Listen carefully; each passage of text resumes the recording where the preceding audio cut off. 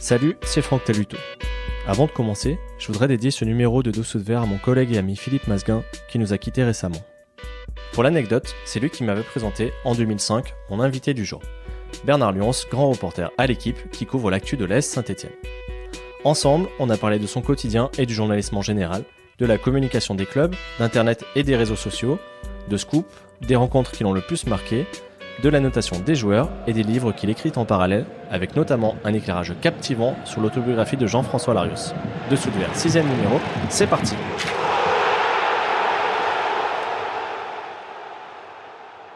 Salut Bernard. Salut à toutes, salut à tous.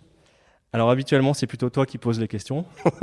Aujourd'hui, tu as accepté de passer de l'autre côté du micro, et je t'en remercie, pour parler de ton métier et de la couverture médiatique de l'AS Saint-Étienne. On va commencer en douceur, si tu veux bien, en faisant un peu mieux ta connaissance. Est-ce que tu peux me resituer depuis combien de temps tu es journaliste et à quelle période tu as commencé à suivre les Verts ? Alors je pense qu'on ne devient pas journaliste, on est journaliste. Donc je vais dire que ça fait 49 ans que dans la tête et dans le cœur, j'ai cette volonté d'être journaliste. Et je le suis réellement devenu à partir de 1995, quand je suis sorti de l'armée. J'ai fait mon service militaire dans les troupes de marine à Nantes, puis au service de presse des armées, ce qu'on appelle le CIRPA. Et je suis rentré tout d'abord à Butte avec Olivier Rey pendant 2 ans. Et puis comme la France venait d'avoir la Coupe du Monde, j'avais ce rêve modeste et fou de la vivre en première loge, c'est-à-dire au journal Équipe. Et puis je suis allé taper à la porte du journal Équipe. Je suis rentré comme pigiste en février 97. J'ai eu ce grand bonheur d'être retenu parmi les 51 reporters appelés à couvrir la Coupe du Monde. J'ai signé un CDD pour la Coupe du Monde 98 et j'ai été embauché au sortir de cette Coupe du Monde. Et après, c'est un cursus assez classique, pigiste, rédacteur, reporter et grand reporter. Et j'espère jusqu'à la fin de ma carrière. Moi, je t'ai pratiquement toujours connu suivant Saint-Étienne. Ça fait combien de temps maintenant que tu es derrière au quotidien ? Je sais que les gens m'identifient beaucoup à l'AS Saint-Étienne, alors qu'en fait, c'est pas un club que j'ai suivi tout au long de ma carrière. Alors c'est vrai que je devrais pas le dire, mais c'était un peu le fil vert conducteur de toute ma carrière, parce que j'ai, comme tout le monde le sait, toujours eu le cœur vert. Moi, je suis un enfant de Séville, de la demi-finale de 82, où j'ai pleuré toutes les larmes de mon corps face à cette injustice incroyable avec Schumacher qui fracasse Battiston et cette demi-finale perdue au tir au but, face à la RFA. Et le lendemain, j'avais pris 2 grandes résolutions. C'est je ne pleurerai plus de ma vie. Malheureusement, les aléas de la vie ont fait que j'ai pleuré encore quelques fois. Et que la deuxième, c'est que je ferai de ma passion mon métier. Je deviendrai journaliste. Et quand je suis rentré, les 2 premières années à Butte, j'ai suivi un peu tout et n'importe quoi. Enfin, surtout tout. Et puis après, quand je suis rentré à l'équipe, quand j'étais pigiste, c'était une époque où il n'y avait pas les spécialisations encore. On n'était pas spécialisé, détaché à l'année sur un club. Donc j'ai fait beaucoup de clubs, le Paris Saint-Germain, Nantes. Mais c'est vrai que les hasards lancent. Mais les hasards de ma carrière, c'est vrai, m'ont amené une première fois sur Saint-Étienne. C'était en 2005, à peu près dans ces eaux-là, où c'était le retour des Verts en Coupe d'Europe avec l'équipe d'Eli Bopp, Julien Sablé, Sébastien Mazur, etc. Après, je suis retourné à Bordeaux, où je suis resté 5 ans, la dernière année de Ricardo, puis les 3 ans de Laurent Blanc. On avait vécu des moments magiques, plus la dernière année de Jean Tigana. Et depuis 2010, au sortir de la Coupe du Monde, je suis revenu à Saint-Étienne, où là, je suis détaché à temps plein sur l'AS Saint-Étienne. Je suis envoyé spécial permanent, en fait. Alors, je vais te poser la fameuse question. Est-ce qu'il faut avoir joué au foot et à bon niveau pour pouvoir en parler correctement ? Est-ce qu'il faut il faut avoir une œuvre d'art à la maison pour pouvoir se permettre d'aller au musée ? Alors je sais que c'est pas très poli ce que je viens de faire, je réponds une question par une question. Mais non, je pense pas. C'est important quand même de connaître le milieu dans lequel tu évolues. Alors c'est vrai que d'avoir eu une vie de vestiaire, quel que soit le niveau d'ailleurs, d'avoir une vie de vestiaire, de savoir ce que c'est que de partager une victoire, une défaite dans un vestiaire, c'est quelque chose d'important. Moi j'y ai joué à mon tout petit niveau dans mes Alpes natales. Pendant des années. Après j'ai arrêté quand je suis monté, comme on dit, à Paris au départ pour faire mon service militaire. Mais non, je pense pas. Quand j'ai commencé à faire de la radio, de la télévision, je me suis retrouvé confronté à un autre monde, c'est celui des anciens grands joueurs qui sont devenus des consultants. Et jusque-là, j'ai évolué dans un monde de consanguin, c'est-à-dire de journalistes, reporters. Et là, je me suis confronté à des joueurs qui avaient des grands passés, des champions du monde, etc. Et je me suis rendu compte, au début, c'était un petit peu complexé, je me suis rendu compte qu'en fait, ils avaient une connaissance intuitive du football qui était hors du commun, parce qu'ils avaient vécu des choses que toi, tu ne pouvais pas avoir vécu de l'intérieur, mais que ça s'arrêtait là. Et que vous n'avez pas forcément, pas tous, alors il y en a qui sont très très bons parce qu'ils ont aussi cette capacité-là, mais d'autres qui n'avaient pas forcément cette culture et qui savaient très bien parler du football.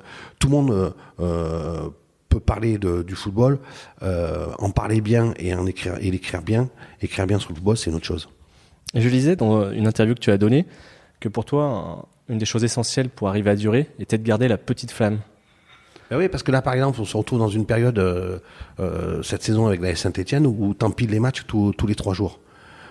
Tu fais des cadences infernales, c'est-à-dire que les gens ne se rendent pas compte, peut-être on en discutera tout à l'heure, mais c'est l'envers du décor, c'est-à-dire tu passes ta vie, tes journées dans les hôtels, à courir à droite à gauche, dans les trains, dans les avions, dans les taxis, et qu'à un moment, tu es comme un phénomène naturel, pareil pour les joueurs, forme un petit peu d'érosion, et que c'est vrai que quand tu as la chance comme moi d'avoir couvert quelques coupes du monde, d'avoir vécu quelques grandes finales de Ligue des Champions, etc., il faut garder cette flamme, cette passion d'enfant qui fait que tu es devenu journaliste, que tu puisses continuer à faire de ta passion ton métier.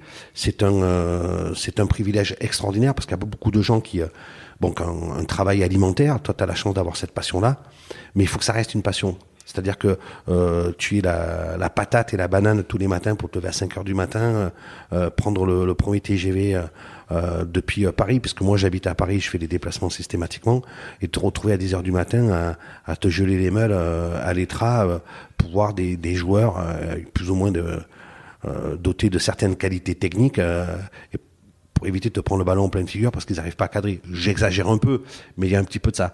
Et ça, si t'as pas cette flamme-là, t'as pas cette motivation-là, moi, ça fait quand même maintenant 25 ans que je fais ce métier de grand reporter, et il faut, oui, c'est indispensable d'avoir cette flamme et cette passion. Et moi, je suis vraiment heureux de ça, c'est que je me lève tous les matins et j'ai la patate, j'ai la banane, et je suis content d'aller voir des matchs, parce que j'ai l'impression que un match, c'est une vie en résumé. Et tu sais jamais comment ça va commencer, tu sais jamais comment ça va se passer, et surtout tu sais jamais comment ça va finir. Quand tu vas au cinéma, tu vas avoir une super production hollywoodienne, à peu près tu sais que le héros à la fin il va pas mourir. Dans un match de foot, et c'est ça la magie du football, le petit peut battre le grand, et le méchant peut venir à bout du gentil.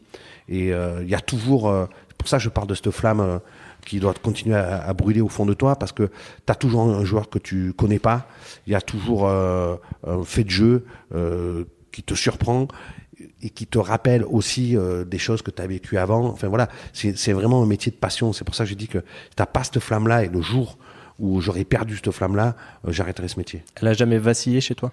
Si, elle a beaucoup vacillé. Quand je suis rentré à l'équipe et que j'ai eu la chance extraordinaire enfin pas une chance, parce que j'ai beaucoup travaillé pour y arriver, mais un bonheur extraordinaire de vivre une finale de Coupe du Monde au Stade de France. J'avais 28 ans, de voir ton pays organiser sa deuxième Coupe du Monde, soulever sa première sous tes yeux. Moi, j'étais tout au-dessus de Didier Deschamps après avoir battu le Brésil 3-0. C'est un bonheur, mais indescriptible. C'est la seule fois de ma vie où je me suis retrouvé instinctivement à sauter les pieds joints sur mon pupitre en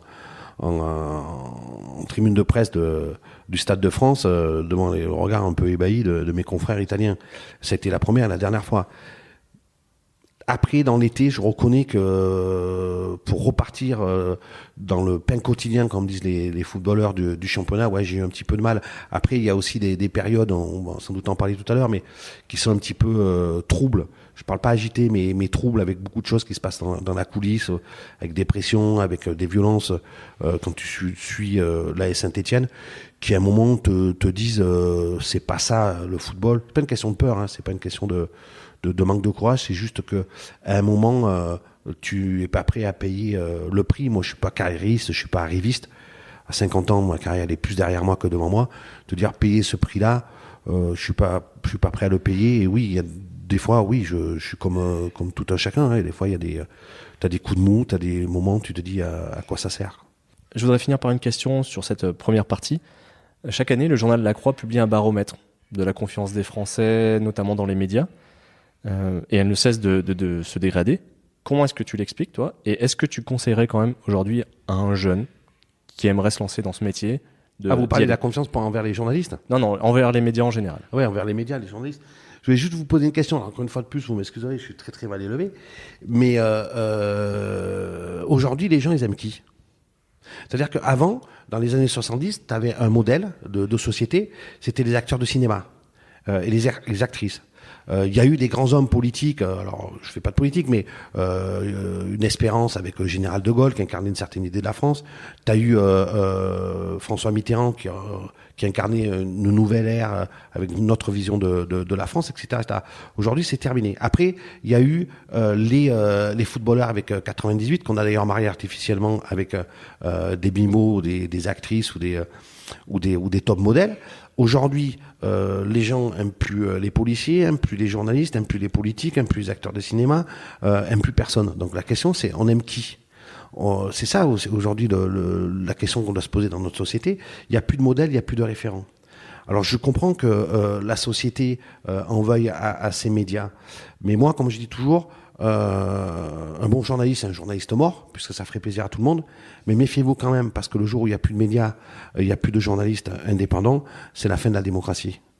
Et je pense donc que les médias restent malgré tout, avec leurs travers et leurs défauts, un mal nécessaire à toute société, à toute démocratie. Il suffit un peu, quand t'es français, d'arrêter de tweeter et de balancer des saloperies sur les réseaux sociaux, de regarder les yeux et d'analyser un peu ce qui se passe dans le monde.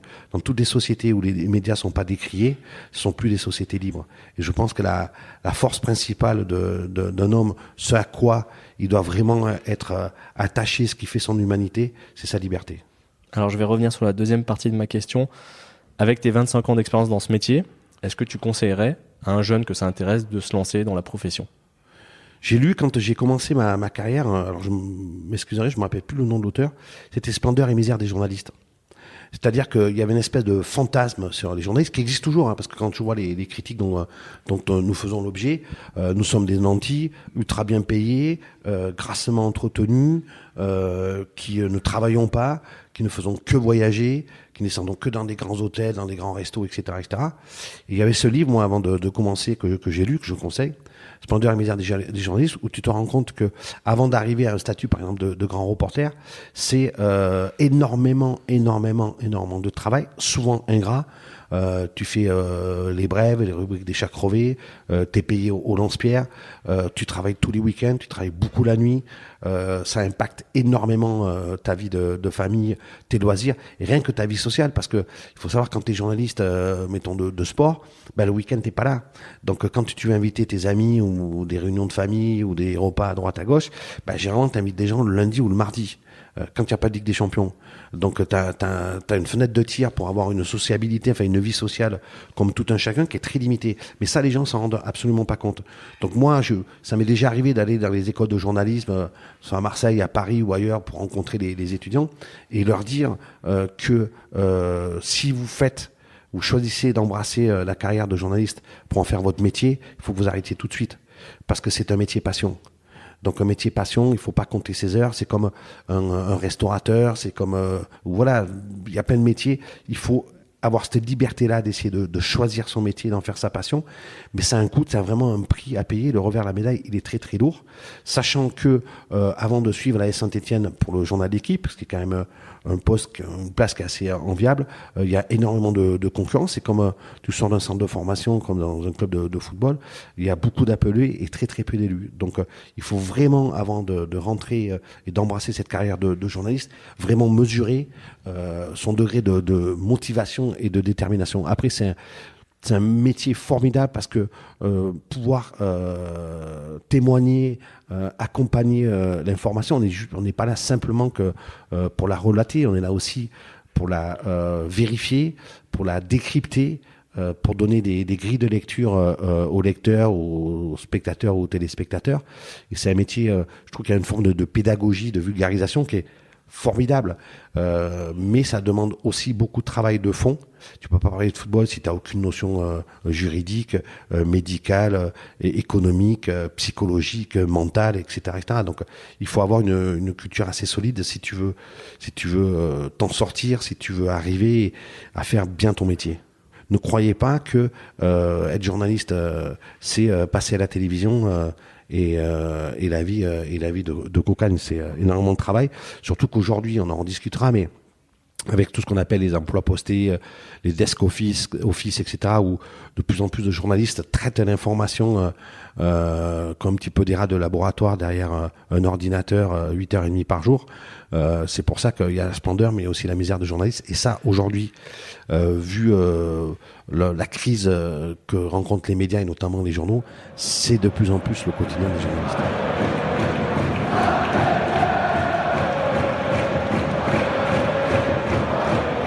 On va rentrer un petit peu plus dans le vif du sujet stéphanois, si tu le veux bien.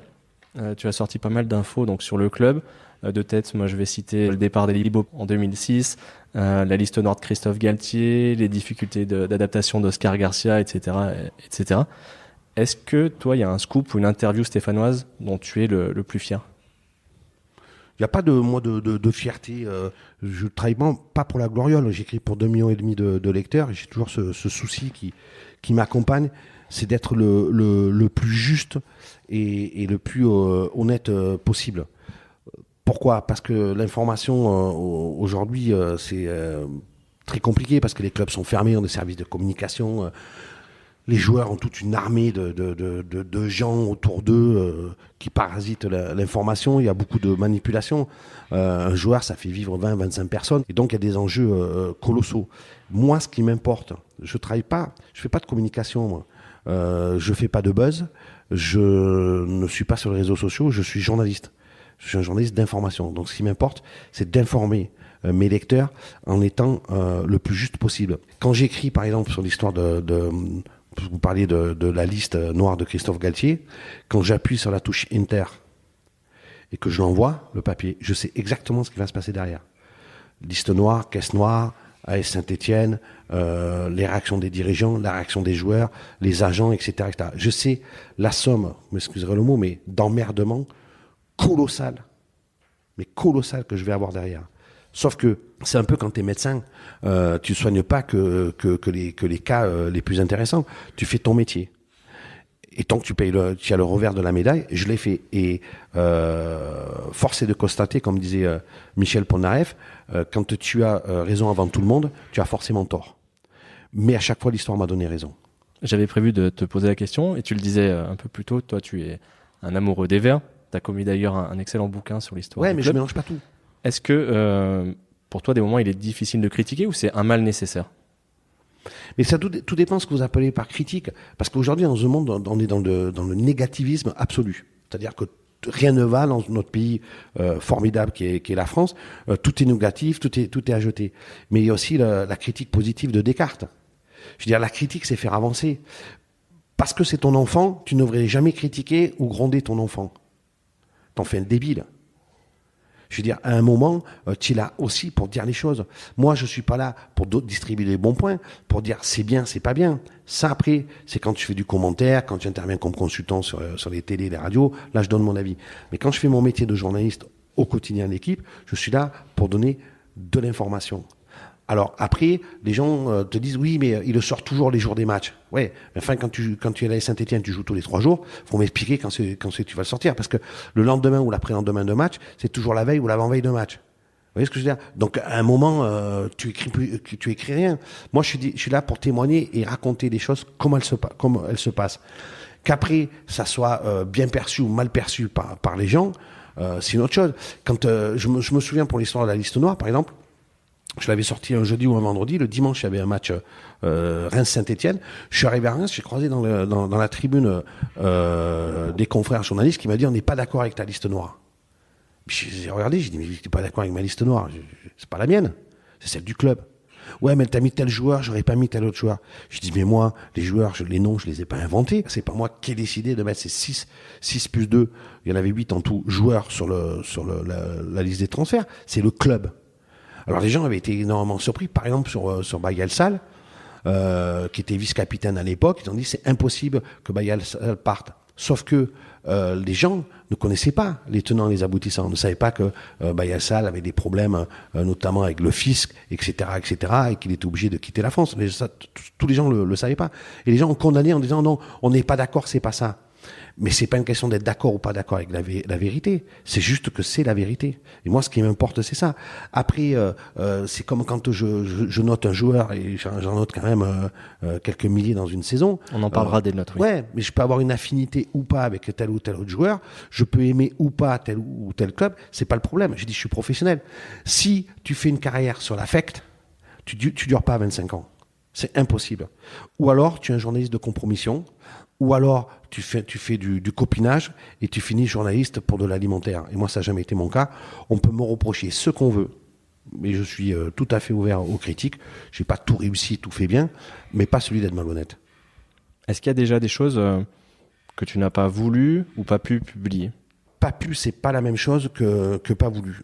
C'est pas un carcan de devoir d'informer. Faire de la rétention d'informations, tu glisses déjà un petit peu dans la malhonnêteté. Ce qui s'est passé, et ça m'est arrivé souvent, et ça m'arrive encore souvent, c'est qu'il y a un écart extrêmement mince entre l'information, la malinformation, la désinformation et la diffamation. C'est-à-dire ça dépend du degré de vérification de l'information. Et ça m'est arrivé beaucoup de fois, quand je suis pas sûr d'une information qui est bétonnée à 100%, je ne la publie pas. Ça m'est arrivé de ne pas la publier parce que j'ai dit ça peut être de la malinformation. Si je me suis trompé, c'est la désinformation. Si je me suis lourdement trompé, c'est de la diffamation. Et moi, ce qui m'intéresse, c'est l'information. Je vous donne un exemple concret qui me revient en tête. La veille de la finale de la coupe c'était la coupe de l'UEFA à l'époque, en 2004, à Göteborg, entre Marseille et Valence. J'avais sorti la veille du match que Marseille avait fait signer Benoît Pedretti. Le soir, je suis au restaurant, donc la veille de ce match-là, je discutais avec les gens, ils me disent oui, tu as raison, mais tu t'es trompé parce qu'il n'y en a pas un joueur qui a signé, mais 2. Et le deuxième, c'était Frédéric Déhu. Et Frédéric Déhu, c'était le capitaine du Paris Saint-Germain, vous vous rendez compte, qui allait signer à l'Olympique de Marseille, et j'aurais pu sortir ça le jour de la finale à Göteborg. Et là, donc ça pose un gros problème parce qu'effectivement, tu peux déstabiliser le club, etc., mais tu te dis, tu as l'info, tu vas la sortir. Là, je l'ai coupé. Alors, j'ai hésité à la sortir le jour du match. Je l'ai coupé, revérifié, etc., etc. J'étais pas sûr à 100% et je l'ai pas sorti le jour de la finale. Je dis, c'est pas très grave, c'est tellement improbable comme information que ça peut tenir encore 24 heures. Et à trop la couper, à trop la vérifier, ça l'a un peu effrité. C'est pas l'information qui est importante, c'est qui te la donne. La clé, c'est la source. On peut te raconter Franck Taluto, il a fait ça. C'est pas ce qu'il a fait quand tu es journaliste qui est important. T'es pas là, t'es pas moralisateur, t'es pas juge de paix, etc. Ce qui est important, c'est la source. C'est qui te le dit, la fiabilité de la source. Et cette info, elle était tellement énorme, ça me paraissait tellement incroyable que j'ai commis une erreur de pas croire à la source. Et je l'ai vérifiée. Et l'info était tellement improbable qu'elle était invérifiable. Et je l'ai pas sortie. Parce que j'avais un petit doute, je me suis dit, ça va faire de la malinformation. Si je me trompe, c'est la désinformation. Bon, pas aller jusqu'à la diffamation, parce que c'était juste une histoire de transfert, et je ne l'ai pas sorti. Et 8 jours après, Déhu a signé à Marseille. Si c'était à refaire aujourd'hui, comment tu gérerais les choses ? Si c'était à refaire, je l'aurais sorti. Je l'aurais sorti pour la simple et bonne raison, c'est que par la suite, la source qui m'avait filé cette information, que je n'ai pas cru à 100%, s'est avérée fiable. Alors, je parle en 2004, on est en 2019, et en 15 ans, pas une seule fois, elle m'a mis dans le mur. Tu parlais tout à l'heure des emmerdes, des pressions. Ça va aller un peu dans le sens d'une question que j'avais prévu de te poser. À Saint-Etienne, le club s'est beaucoup structuré au niveau communication depuis 15 ans. Je vais parler de mon cas personnel. Quand j'ai commencé, on pouvait accoster les joueurs directement à leur sortie de l'entraînement, discuter de manière informelle avec eux sur le parking. Aujourd'hui, les journalistes ne rentrent plus dans le centre d'entraînement. Il y a une salle de presse faite pour les entretiens. Est-ce que c'est un constat que tu partages et est-ce que toi, ça a compliqué l'exercice de ton métier? Ça a enlevé beaucoup de son piment, de son intérêt, c'est la déshumanisé, je trouve. Le sport, ça repose avant tout sur une aventure humaine. Une aventure humaine qui se transforme par une performance humaine, individuelle ou collective. On gagne, on perd, on bat des records en athlée, etc. Mais ça reste quand même une aventure humaine formidable. C'est-à-dire que moi, j'ai fait ce métier pour le goût de l'information, mais aussi par humanité, parce que tu rencontres des gens de tout horizon différents, ne serait-ce que dans un vestiaire. Un vestiaire, aujourd'hui, c'est un laboratoire du monde. Tu as des gens de toute origine, de toute confession, de toute religion, de toute race, de tout pays. Même aujourd'hui à la Saint-Étienne, tu t'aperçois que c'est un vestiaire qui est très cosmopolite, qui est dans l'air du temps. Et de pouvoir discuter, échanger avec ces gens-là, c'est formidable. C'est un formidable enrichissement personnel. J'ai toujours l'habitude de dire voyager, ça rend moins con. Ça rend pas forcément plus intelligent, parce que si tu voyages pour rien faire, ça sert pas à grand-chose, mais ça t'ouvre l'esprit, ça te rend moins con. Pareil de discuter, d'échanger avec des gens, surtout quand ils sont pas d'accord avec toi et qu'ils viennent d'horizons différents. C'est un vrai enrichissement personnel. Et c'est vrai qu'aujourd'hui, par rapport à ce que j'ai connu, la période des Philippe Couerveau, on finissait les matchs, on allait bouffer ensemble au restaurant, j'étais ami, voire très ami, parce que c'était générationnel avec certains joueurs. Ça n'empêchait pas de leur mettre des mauvaises notes et de se disputer le lendemain, de m'attraper front contre front avec Jean-Guy Wallem, ses longs cheveux dans ma nuque et les miens dans la sienne. Mais on se disait les choses, on se parlait. Il n'y avait pas de non-dit, il n'y avait pas de faux semblants, il n'y avait pas de communication, il n'y avait pas d'agent qui t'appelait le lendemain. Je trouvais que c'était plus direct et plus frontal. Et c'était beaucoup plus enrichissant. Et aujourd'hui, c'est vrai que quand tu viens à l'ETRA, et d'ailleurs j'y viens de moins en moins pour ça, pas parce qu'on m'a interdit l'entrée, je vous rassure, ou alors je vous attriste, mais parce que tous ces échanges-là, tu l'as pas. De discuter à la fin de l'entraînement avec un joueur sur son ressenti, sur plein de choses, de choses de la vie, c'était bien. Ça te permet aussi de te nourrir, de remplir ta culture footballistique, de te rendre compte de certaines choses où forcément tu n'avais peut-être pas raison, de t'éclairer sur ce qui s'est passé dans un match, etc. Et je trouve qu'on a jeté un voile sur tout ça. Et c'est dommage. Après, je comprends les clubs. Dans les services de communication, il faut quand même pas oublier que depuis 15-20 ans, on a l'explosion des réseaux sociaux où maintenant tout sort, tout fuite, on raconte tout n'importe quoi. Il y a quelques années, c'était la dictature du buzz. Aujourd'hui, c'est les fake news où on écrit, alors, des fois sciemment ou pas, et on publie des fausses informations. Donc les clubs sont obligés de se protéger. Et puis aussi, il y a l'explosion des médias. Et on a eu dans les années 80 l'explosion des radios libres. Aujourd'hui, il y a la TNT. Les chaînes d'information continuent. On l'a vu avec, par exemple, l'épisode feuilletonné des Gilets jaunes. Ça offre une caisse de résonance incroyable. Et donc, les clubs sont obligés aussi de se protéger. Mais je trouve qu'en France, globalement, ils communiquent mal, à part l'Olympique Lyonnais. Est-ce que tu as échangé déjà avec tes collègues de l'équipe, soit spécialistes du foot et qui suivent d'autres clubs ou d'autres sports, sur ce qui se fait ailleurs Il y a plein de journalistes de ma génération qui ont abandonné le foot, hein. Clairement, parce qu'ils y retrouvaient plus cette humanité et qui sont allés dans des sports, je vais dire un peu à l'ancienne à papa. J'espère qu'ils m'en voudront pas, mais par exemple le monde du handball, qui est moins régi par les agents, le fric, etc., etc. Mais malheureusement, la vie elle est comme ça. Quand t'as pas d'argent, tu partages. Quand t'as un peu d'argent, tu partages moins. Et quand t'as un peu de pognon, tu partages plus du tout. Voilà. Quand t'es pauvre et que t'as pas d'argent, tu vis au milieu des gens. Quand tu as un peu d'argent, tu t'achètes une maison dans un pavillon.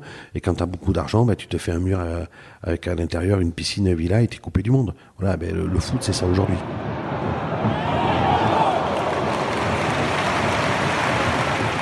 Tu es amené, toi, à écrire pas mal de sortes d'articles différents, les comptes rendus de match, les notes, ce sera ma question suivante, les portraits, les interviews.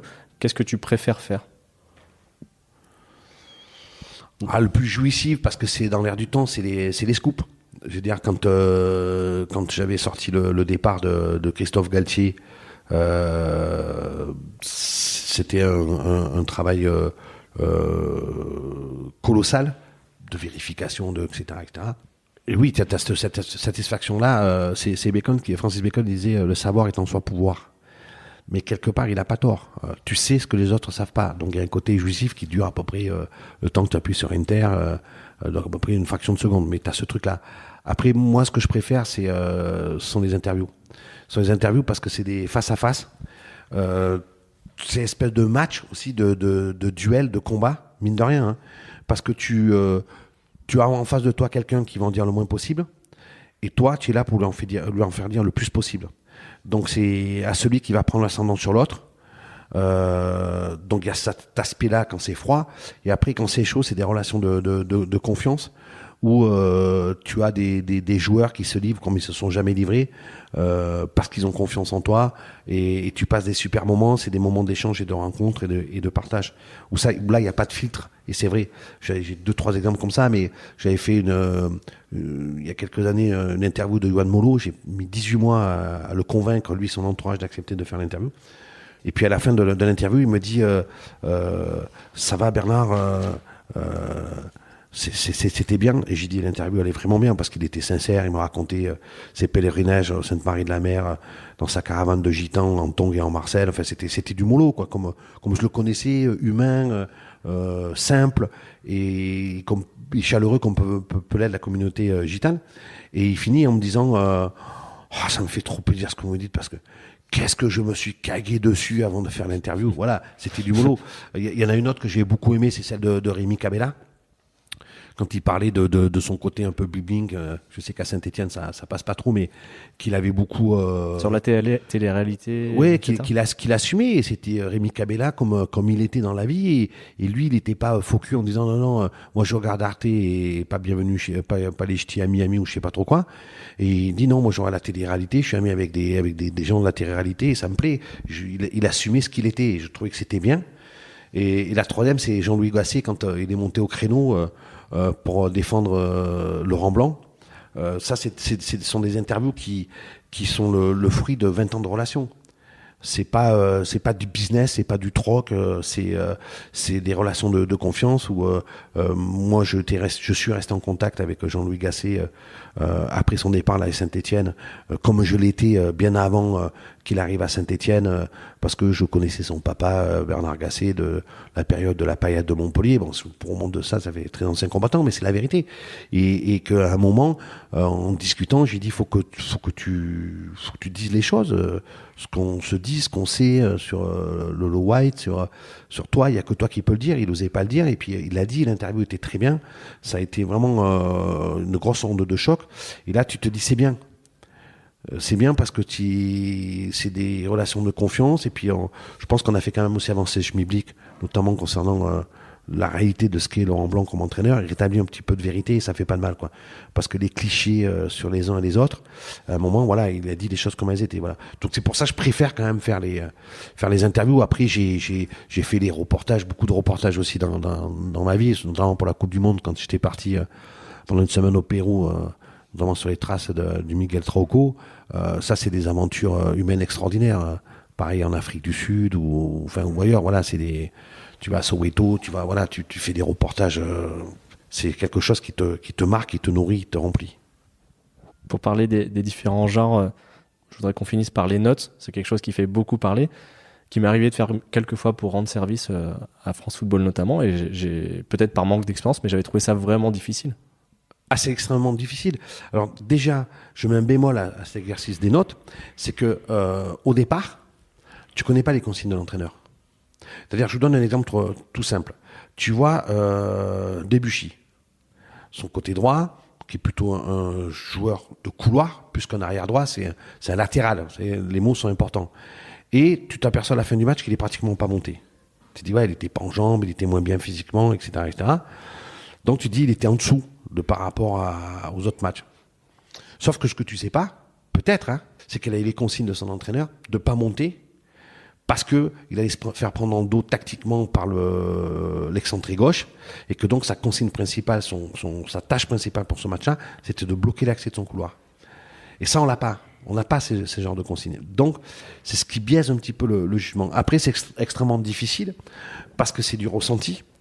Alors moi c'est un petit peu plus facile parce que quand tu as l'habitude de suivre la Saint-Étienne, tu vois à peu près les degrés de forme des uns des autres, tu vois ce qu'ils ont apporté. Après, on n'est pas toujours d'accord les uns les autres parce que ça dépend ce que tu juges aussi.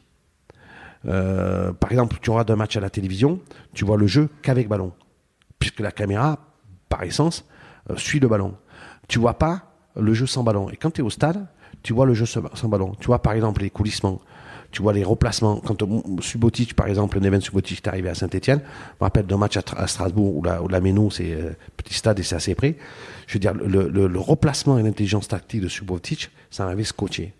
C'est-à-dire que c'était pas spectaculaire et c'était hors caméra, c'était quand le jeu était de l'autre côté, il faisait deux petits mètres à l'intérieur, un petit mètre en avant, il replaçait Perrin sur son axe droit, mais il l'alignait. Enfin, c'était des trucs de haute précision et je me dis là, c'est vraiment un très très grand joueur. Alors après, on peut dire ce qu'on veut, il n'avait pas la vitesse, etc. Mais tout ça, tu le vois pas. Sauf que quand il y a une contre-attaque et que le joueur part, ben bon, Subotic, il arrive et il le bloque alors qu'il n'a pas de vitesse, parce qu'il a déjà tout préparé ça. Et ça, quand tu as un peu l'habitude du jeu, ce sont des choses dont tu tiens compte. Tu tiens compte aussi, on a toujours l'impression que le football, c'est 1 plus 1 égale 11 joueurs. Non, c'est souvent des paires, c'est très important. Tout ça, tu es obligé de le gérer. Mais c'est vrai que c'est extrêmement compliqué. Et puis il y a aussi une chose que les gens ne voient pas. Quand on fait les débriefs, je vois que dans le progrès, c'est une bonne idée. Ils en appellent aux lecteurs de donner leurs notes. Mais les lecteurs, ils regardent tout le temps les 11 Stéphanois, et c'est normal, puisqu'ils sont supporters des Verts. Mais ils ne regardent pas les 11 joueurs adverses. Le foot, c'est aussi un duel. C'est-à-dire qui le gagne, qui le perd.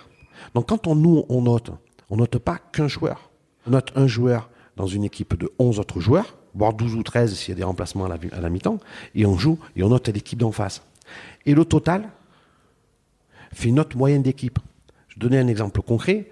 À l'issue de Saint-Etienne-Montpellier, 0-0, Montpellier était au-dessus, mais pas de beaucoup. Mais sur la seconde mi-temps, ils auraient pu gagner sans 2 arrêts formidables de Ruffier. À la moyenne générale, tu as Montpellier qui a de mémoire 5-3 et Saint-Etienne qui a 5-2.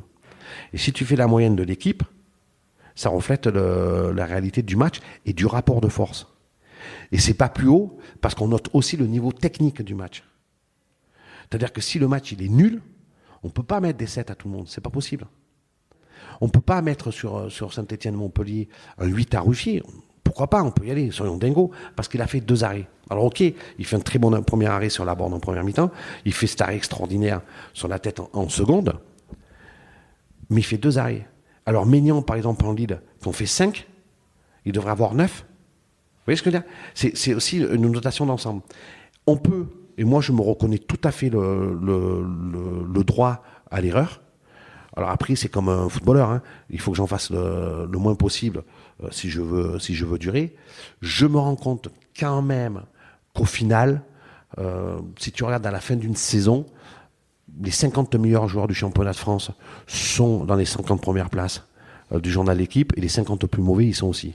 Et je me suis amusé à regarder en fin de saison le classement général, parce qu'on fait aussi un classement général des équipes de la Ligue 1. À la fin du championnat, Saint-Etienne était dans les 4-5 aux notes, ce qui correspondait à son classement. Parler des notes, c'est une bonne transition, puisque c'est un des sujets qui vaut régulièrement à l'équipe d'être critiqué sur les réseaux sociaux, voire à ces journalistes d'être même attaqués personnellement. Comment tu vis ce fait-là de pouvoir être apostrophé par n'importe qui, même des gens qui n'ont pas de nom, qui sont derrière un pseudo ? Ça, je m'en fiche un peu, pour être tout à fait honnête avec vous. Ce qui était plus embêtant, parce que les gens ne se rendent pas vraiment compte de la réalité des choses, c'était la cotation en bourse d'une entreprise, elle existe. D'accord ? La cotation en bourse d'un joueur n'existait pas, alors qu'un joueur, aujourd'hui, est une valeur marchande. Et pendant très très longtemps, c'est un petit peu moins vrai aujourd'hui, je le reconnais, parce qu'il y a des sites spécialisés, Transfermarkt, etc., Foot Database, etc., mais c'était des notations de l'équipe. Et moi, ce qui était extrêmement compliqué, outre les fâcheries avec les joueurs, c'était les pressions des agents. De l'entourage du joueur qui t'appelait dès le lendemain pour te critiquer, t'harceler sur les notes, etc., etc. Mais eux, ils le faisaient parce que c'était leur métier, parce qu'ils avaient des arguments à opposer, et ils connaissaient le football, ils savaient comment ça se fonctionnait et tout. Quand tu te fais critiquer, insulter ou autre par un gamin ou quelqu'un sur un réseau social style Twitter, où le mec il est tranquillement planqué derrière son ordinateur sous un pseudo, je veux dire, c'est pas très courageux déjà, c'est une lâcheté absolue, et ça n'a pas tellement de valeur. Pour moi, ça n'a pas tellement de valeur. Umberto Eco disait le gros problème aujourd'hui avec les réseaux sociaux, c'est qu'avant les discussions de bistrot elles restaient au comptoir. Notre métier a énormément évolué depuis 15-20 ans. Comment tu as vécu l'arrivée du web et dont tu parlais tout à l'heure en termes d'instantanéité? On a complètement changé de métier dans le sens où dans la gestion et le traitement de l'information.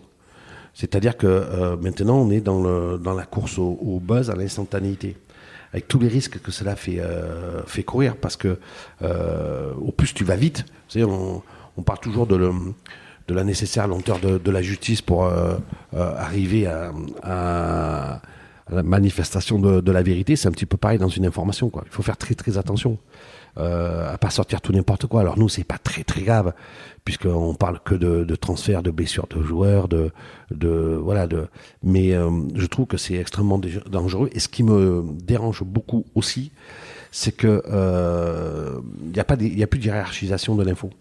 C'est-à-dire que Internet, c'est un robinet ouvert qui s'écoule sans fin. Donc tu peux une info écrase une autre info, une petite info écrase une autre info écrase, etc. Et je trouve que les gens sont tellement abreuvés d'informations que déjà ils les zappent, ils les lisent pas, ils les analysent pas, ils les digèrent pas. Et que je trouve que pour les générations qui arrivent, c'est extrêmement dangereux, parce qu'à un moment, tu sais plus ce qui est important de ce qui ne l'est pas. C'est ça la folie Internet. Et je suis toujours je regarde toujours ça avec beaucoup de curiosité, de malice, quand les gens veulent absolument être médiatisés et publics. Par la télé-réalité ou exister dans les médias. Moi qui fais partie de la machine médiatique depuis 25 ans, j'ai vu son évolution. C'est quelque chose qui te dévore, qui te brûle et qui te recrache. Et que c'est donc extrêmement dangereux. J'avoue, moi j'ai un peu du mal à m'y reconnaître aujourd'hui. L'arrivée quand tu fais un journal, par exemple, vous avez tous lu, j'espère au moins une fois dans votre vie, un journal, vous voyez qu'il y a une hiérarchie. C'est-à-dire, on ne met pas la météo, on ne met pas la rubrique des sports en première page, sauf événement PSG Real ou Saint-Étienne Manchester United. Bon, c'est une construction intellectuelle, c'est-à-dire les papiers plus importants sont en haut, les moins importants sont en bas, les plus importants sont gros papiers, les brèves, ce sont des informations secondaires. Il y a une vraie hiérarchisation de l'information, ce qu'on appelle un chemin de lecture. Avec Internet, tout ça, c'est balayé. Donc, chacun doit se débrouiller dans son coin, sur sa tablette, son ordinateur, son iPhone, et faire son propre tri et sa propre hiérarchie d'infos. Et quand tu n'es pas préparé à ça, je trouve aujourd'hui que c'est extrêmement difficile. Est-ce que pour les générations qui arrivent, c'est quelque chose qui t'inquiète? Ou ce sont des codes qu'ils auront finalement? Non, mais alors moi, je vais être un vieux réac, mais ma fille, tous les soirs, je lui lis une histoire. Après, je ne suis pas contre la télévision, je ne suis pas sectaire, hein, mais je trouve que la lecture, c'est un passeport extraordinaire pour l'évasion, pour la création et l'imagination. Parce que tu es actif. Quand tu lis un journal, tu tournes les pages, tu es actif. Tu es proactif. Quand tu lis un livre, tu es proactif. Quand tu es assis avachi devant ta télévision et que tu ingurgites de l'information que tu ne retiens pas, tu es passif. Quand tu zappes sur ton smartphone une info qui écrase l'autre, tu es passif. Et je trouve que cette passivité-là, d'un point de vue intellectuel, je trouve que c'est inquiétant.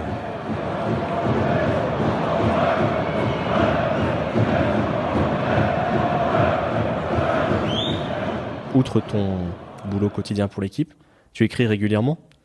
Qu'est-ce que tu aimes dans cet exercice? La liberté et l'évasion. Mais par exemple, quand tu fais une intervention à la télévision, c'est pas minuté à la seconde, mais presque. Quand moi j'écris un article, c'est au signe près. C'est-à-dire, j'ai papa, c'est PAPA, ça fait 4 signes. Un espace, ça fait 5 signes.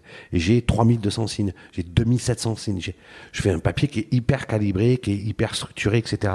Donc, tu as une liberté d'écriture dans un carcan. Parce qu'un journal, on ne peut pas mettre 10 articles dans la même page, etc., etc. Un livre, c'est différent. Tu as un ordre de grandeur, mais tu n'es pas à 20 ou 30 pages.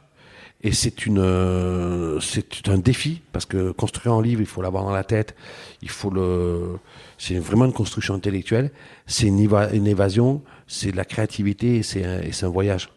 C'est un voyage personnel. Moi, j'écris beaucoup la nuit, donc je passe des nuits blanches à écrire. Cette nuit, j'ai encore pas, je suis resté jusqu'à 3 heures du matin à écrire sur mon prochain livre. Et puis, j'ai cette liberté-là aussi aujourd'hui. C'est pas des figures imposées. C'est-à-dire que j'ai ce bonheur-là d'avoir fait des livres qui ont un petit peu marché. Et aujourd'hui, je peux choisir ce que j'écris. Voilà. Et j'ai donc le loisir de refuser. On en revient toujours à cette notion de liberté. Qu'est-ce qui déclenche le projet pour toi? La passion. La passion, par exemple, quand j'ai écrit la Légende des Vers par ceux qui l'ont écrite, j'ai côtoyé, et je côtoie depuis maintenant une trentaine d'années, beaucoup d'acteurs de l'AS Saint-Étienne. J'ai tellement passé de soirées extraordinaires avec le grand sage qui est Salif Keita, avec le malin Rachid Mekloufi, avec Johnny Rep, avec Patrick Guillou, je vais pas tous les citer, que je me suis dit ça serait dommage de pas le coucher dans un livre. J'avais regardé et je me suis rendu compte que ça avait jamais été fait. Et j'ai dit, je vais pas raconter moi l'histoire des Verts pour la énième fois. Ce sont les acteurs qui vont témoigner et qui vont me le raconter. Et quand j'ai présenté le projet à Ivan Kurkovic, à Patrick Guillou, à quelques autres, ils ont trouvé ça très bien. Parce que je pense qu'ils sont arrivés aussi à un âge, alors je parle pas pour Patrick Guillou, mais pour les anciens, pour les Verts de 76, où oui, de témoigner, de laisser une trace, c'est important, même si elle est déjà gigantesque. Et c'est un travail qui est de longue haleine, parce que ça m'a pris un an et demi. Et c'est des souvenirs extraordinaires, parce que je les ai tous rencontrés. Comme je suis pas de génération Wikipédia, j'ai rien pompé sur rien, quoi. C'est-à-dire que j'ai fait plus d'une centaine d'entretiens, de déjeuners, de dîners. Et ça, c'était des rencontres extraordinaires. Vous me parlez de ça, j'ai des dizaines de souvenirs comme ça qui me jaillissent dans la tête. Et c'était une formidable aventure. Et je voulais la transmettre, parce que je trouve que transmettre la transmission, le devoir de transmission, c'est très important. Et ça a été assez rigolo, parce que je vois l'accueil du livre, et je vois, parce que j'en ai discuté avec beaucoup de gens de supporters qui l'ont acheté, qui l'ont lu, et qui m'ont fait le plaisir d'après de m'en faire le compte rendu. Je pense qu'ils ont pris le même plaisir que moi.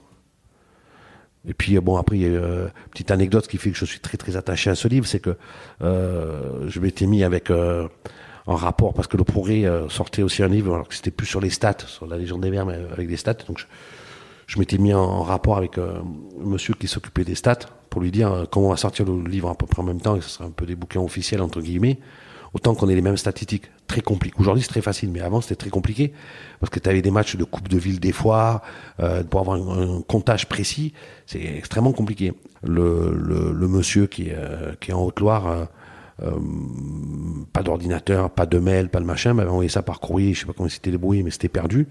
Donc on a pris vachement de retard, parce qu'il fallait tout que je vérifie, qu'on confronte nos statistiques. Et mon épouse était enceinte, et il fallait que je rende le bouquin pour le 17 août. Et pendant qu'elle était à la maternité, elle perdait les os, j'ai enfin reçu les stats, et jusqu'à une demi-heure la naissance de ma fille, j'ai fini le bouquin à la maternité. Donc j'y suis, je suis particulièrement attaché à ce livre, quoi. Après, j'en ai fait un autre sur Jean-François Larios. C'était ma question suivante, justement. Ah ben, posez-la. Tu parlais tout à l'heure de la dictature du buzz. J'ai presque été surpris, parce que c'est quand même un bouquin qui est assez explosif par rapport à toutes les biographies un peu tièdes qu'on peut lire. Et il a eu assez peu, finalement, de retombées, on va dire, médiatiques, de reprises. Ben, détrompez-vous. Détrompez-vous, parce que ça, c'est votre regard stéphanois. Je vais vous expliquer pourquoi. Parce que vous avez raison, vous avez tort. Sur Saint-Étienne, oui. C'est un bouquin qui a bénéficié d'une omerta incroyable sur Saint-Étienne. Parce que c'était un livre un peu sulfureux, un peu explosif, qui touchait un peu à un des 13 ambassadeurs à vie de l'AS Saint-Étienne. Je vais résumer rapidement pour ceux qui seraient passés à côté, et qui peuvent se tourner vers le bouquin puisqu'il est disponible en poche. Voilà, j'explique rapidement. Jean-François Larios, donc joueur des fin des années 70, début 80, international, qui parle dopage, qui parle de ses déboires financiers, de ses aventures féminines, notamment avec celle qui est toujours la femme de Michel Platini. Enfin, il y a beaucoup de choses, explosives. Ouais, et le bouquin, il a eu énormément d'écho. On a même été invité dans On n'est pas couché chez Ruquier. Donc c'est la première fois qu'un sportif aux éditions Solar était invité. Et oui, on a eu 2 pages dans l'équipe. Et là, vous me croyez ou pas, mais j'y suis pour rien. Non, le bouquin a eu beaucoup d'écho, sauf à Saint-Étienne, où c'est vrai qu'il n'a jamais existé.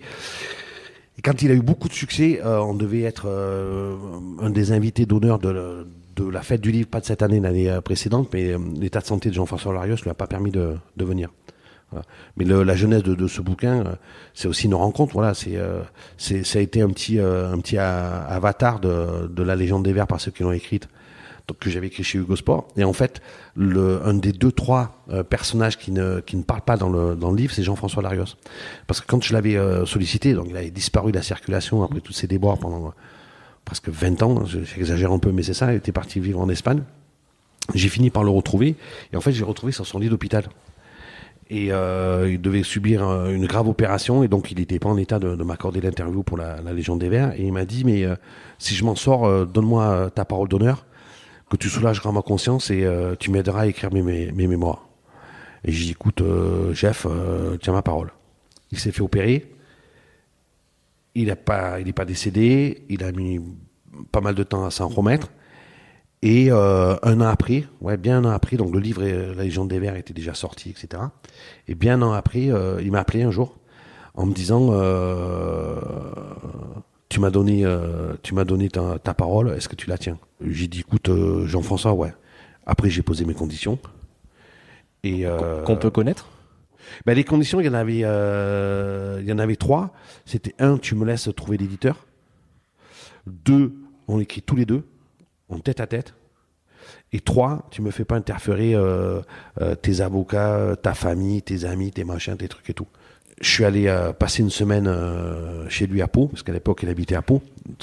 C'est là où il était, où vivaient ses parents à l'époque. Et on a passé une semaine rock'n'roll, c'est le moins ce qu'on puisse dire. Avec, faudrait que j'écrive un jour le making-of de ce livre. Et on a passé des journées et des nuits entières à discuter. Voilà, c'était un moment de partage extraordinaire. Après, c'est un gros travail d'écriture parce qu'il faut tout reprendre, tout calculer, tout chercher, tout vérifier pour pas se tromper. Et oui, ça a été une formidable aventure humaine. Et c'est pour ça que j'ai fait ce livre. J'ai pas fait ce livre pour ce côté sulfureux, parce que pour être tout à fait honnête avec vous, je connaissais les histoires de Jean-François Larios, comme tout en chacun. Je connaissais pas la profondeur des histoires de Jean-François Larios. Voilà. Il y a, vous parliez de ces frasques amoureuses. Je connaissais comment on l'avait effleuré tout le monde. Je connaissais pas la réalité des choses. Je savais pas que c'était une grande histoire d'amour. Je savais pas qu'il était aussi loin dans ses dérapages en termes d'alcool, de drogue, etc. C'est pour ça que ça donne, un bouquin. Je sais pas si vous l'avez lu, mais bien sûr, ça donne un bouquin assez. Ça fait très autobiographie à l'anglo-saxonne, parce qu'on n'a pas l'habitude de lire des autobiographies comme ça en France. Mais j'ai aimé. La plus grande fierté que j'ai de ce livre, c'est la dédicace de Jean-François Larios. On peut savoir ce qu'il t'a écrit? En gros, c'est merci Génie, parce que je me suis renommé Génie. Merci Génie de m'avoir aidé à me libérer. Ton ami Jeff. Bon, ça vaut toute la réussite possible et imaginable que j'espérais pour ce livre. Quand tu fais un livre, tu espères que ça va se vendre, ça va être un carton, etc. Parce que tu veux avoir de la reconnaissance. Puis tu veux que ton travail soit reconnu et récompensé. Mais l'aventure, c'était une aventure humaine extraordinaire. Rock'n'roll, j'insiste sur le mot, avec Jean-François Larios, et une belle histoire d'amitié. Du coup, derrière un sujet aussi bouillant, qu'est-ce qui peut te donner envie de repasser encore des mois à l'écriture d'un livre? Derrière, j'ai plus rien fait parce que ça m'a épuisé. Donc je suis resté 1 an ou 2 sans rien faire. Je viens de terminer le tome 2 du premier livre que j'avais fait qui s'appelle 1000 maillots de foot chez La Martinière. Donc c'est une version réactualisée, rajeunie, épurée, etc., qui sortira au printemps 2020, parce que j'ai une grande passion des maillots de foot. En plus de ceux que tu collectionnes? Que je collectionne, ouais. Ouais, j'ai une collection personnelle de maillots de foot. C'est dans ma penderie. Tout le matin, je me lève, je les vois. Enfin, c'est des trucs. Je suis pas ni collectionneur ni fétichiste et tout, mais j'ai cette passion-là parce que chaque maillot me raconte une histoire. Et le seul regret que j'ai, c'est de pas avoir commencé une collection bien avant. Bien avant, à l'époque, on parlait tout à l'heure des Lagrange, tous ces joueurs-là, des Cuervo.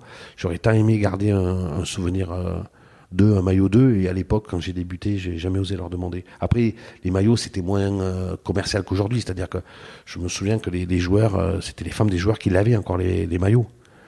Et ils jouaient avec le même maillot pratiquement toute la saison, sauf quand il était déchiré. Je me rappelle que quand ils avaient fait leur série incroyable, alors c'était un peu plus tard avec Bompard, l'année de la remontée,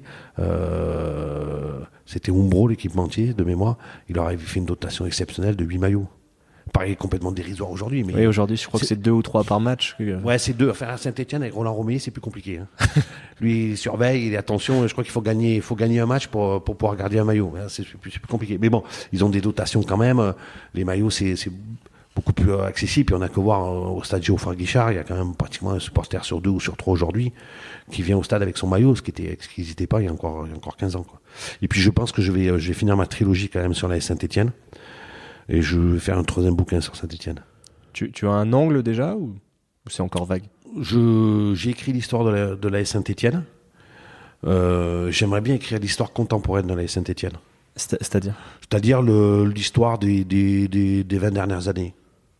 Avec toutes ces histoires, toutes ces anecdotes que je connais sur le club, que j'ai pas spécialement eu l'occasion d'écrire. Je pense que ça serait bien de les écrire, faire un petit bouquin rigolo. Alors promis, je parlerai pas de la caisse noire, mais de la liste noire.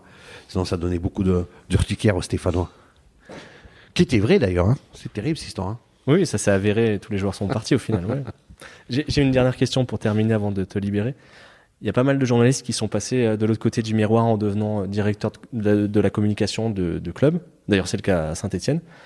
Qu'est-ce que tu en penses et est-ce que c'est quelque chose que tu as un jour envisagé dans le passé ou pour l'avenir? On me l'a proposé 2 fois. Une fois tout début de ma carrière pour le devenir à l'AS Saint-Etienne. J'avais refusé parce que j'avais dit que... Enfin, j'avais pas refusé, j'avais décliné. Refusé, un peu prétentieux. J'avais décliné pour 2 raisons. Parce que je débutais ma carrière, que c'était avant la Coupe du Monde 98, etc. Et que moi, je voulais vivre ma passion aux premières loges. Je voulais vivre des Coupes du Monde, je voulais vivre des finales de Ligue des Champions, je voulais voir les Verts au Stade de France remporter une coupe. Alors, c'est que la Coupe de la Ligue, mais c'était une coupe. Je voulais voir les Verts revenir en Ligue 1. Je voulais vivre tout ça. Et donc, je me suis dit, c'est trop tôt. Et puis, je pense que j'avais pas les compétences. J'avais pas le recul, j'avais pas les compétences et la connaissance de ce milieu pour le faire. On me l'a proposé il y a quelques années dans un autre club pour aller avec un entraîneur. Mais là, c'est trop aléatoire parce que ton destin il est lié à celui d'un entraîneur. Et puis, c'était souvent des métiers de fin de course, de fin de parcours pour les journalistes. Ils terminaient, ils allaient soit dans un club un peu associatif, amateur, ou alors ils terminaient parce que les services de communication n'étaient pas structurés comme le sont aujourd'hui.